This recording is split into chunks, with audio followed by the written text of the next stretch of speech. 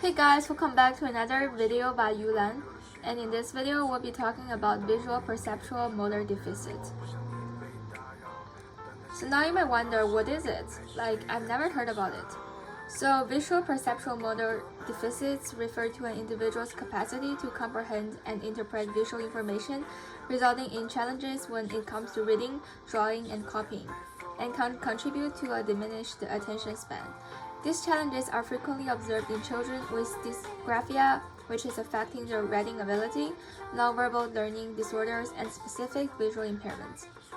This deficit significantly impacts an individual's visual ability and communication, which plays several key roles when connecting and communicating in interesting and efficient ways and strengthening the memory's connection to the information. This lecture or this video will discuss the causes, effects, and strategies for addressing this deficit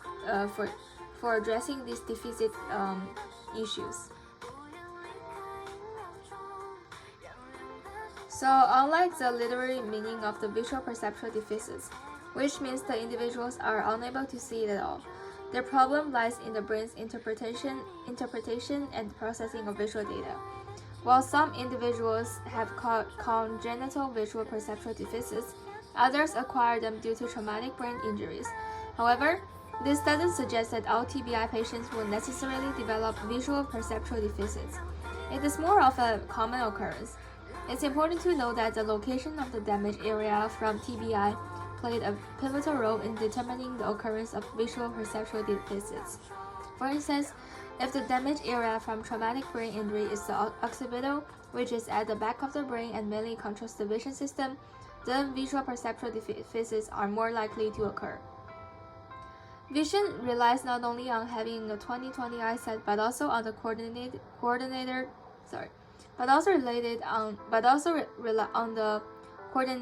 function of the 6 ocular muscles that control eye movement, enabling us to see clearly and engage with our surroundings. When these muscles cannot synchronize effectively, individuals may find it challenging to comprehend and interact with their environment, as their eyes struggle with basic motor functions.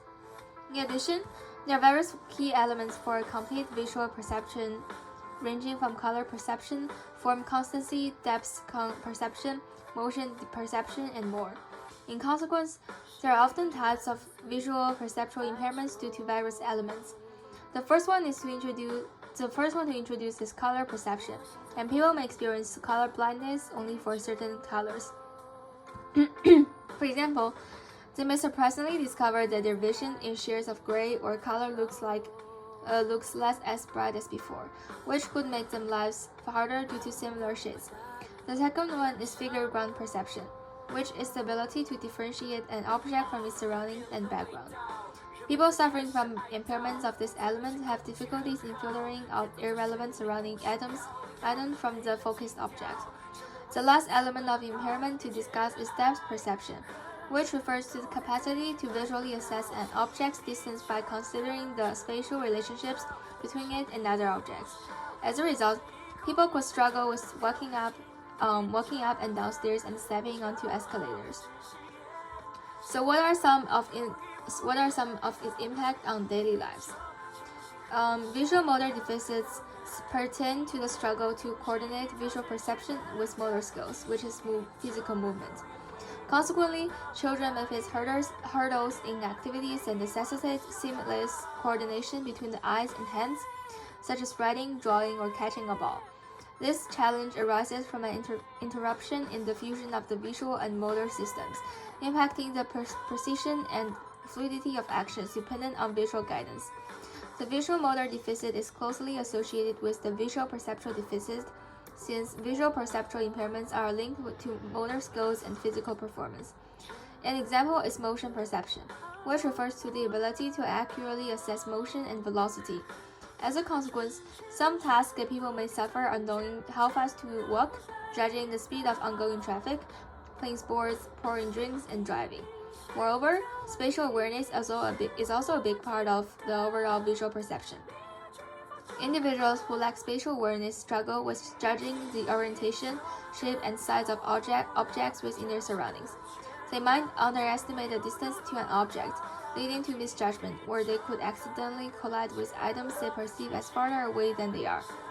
The dysfunction of visual perception could provide wrong signals when people are reacting to certain visual perceptual signs, which makes tasks that require precise coordination, speed with accuracy more challenging and potentially increase the risk of accidents or errors. So now the section that I will be talking about is assessment and diagnosis. One of the frequently employed assessments for visual perceptual motor issues by occupational therapists is the Motor Free Visual Perception Test, or MVPT-4. Developed by Colaroso and Hamill in 2015, it's the sole evaluation designed to examine motor-free perceptual challenges across all age groups, spanning from 40-80 and beyond.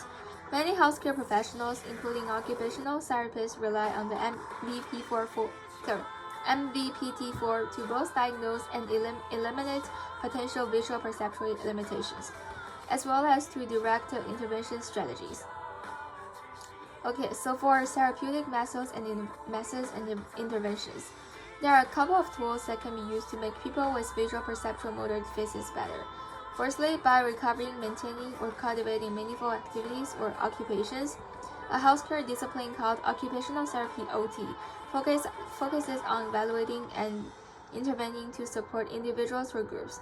For individuals with visual perceptual limitations, OT employs diverse techniques, including adaptive strategies such as pre-reading techniques and scanning to amplify reading proficiency. What's more, an occupational therapist could aid the individual with managing and organizing daily life, work, and other basic activities, while at the same time,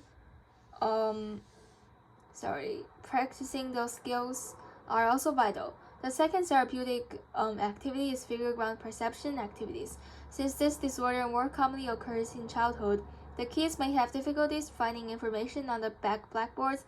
The caregiver of this activity organizes some simple activities such as finding laundry, sorting pasta or cereal, and matching cards by mixing several cards. Besides pediatric care and vision therapy, other assistive technologies could help in getting better with this disorder. Okay, so here comes to the ending of this video. A conclusion. In conclusion, visual perceptual motor deficits affect people's ability to comprehend and interpret visual information, thus having an impact on common daily life performances such as writing and driving. Recognizing and addressing these challenges, often through support of healthcare professionals like occupational therapists, empowers individuals to enhance their quality of life and overcome these hurdles. With appropriate assessment, therapy, and assistive technologies, those with visual perceptual motor deficits can achieve greater independence and a more fulfilling daily experience. So this slide shows my references that I used to search up while prepare for this video. And if you like this video, please click the like button and subscribe. Thank you for listening.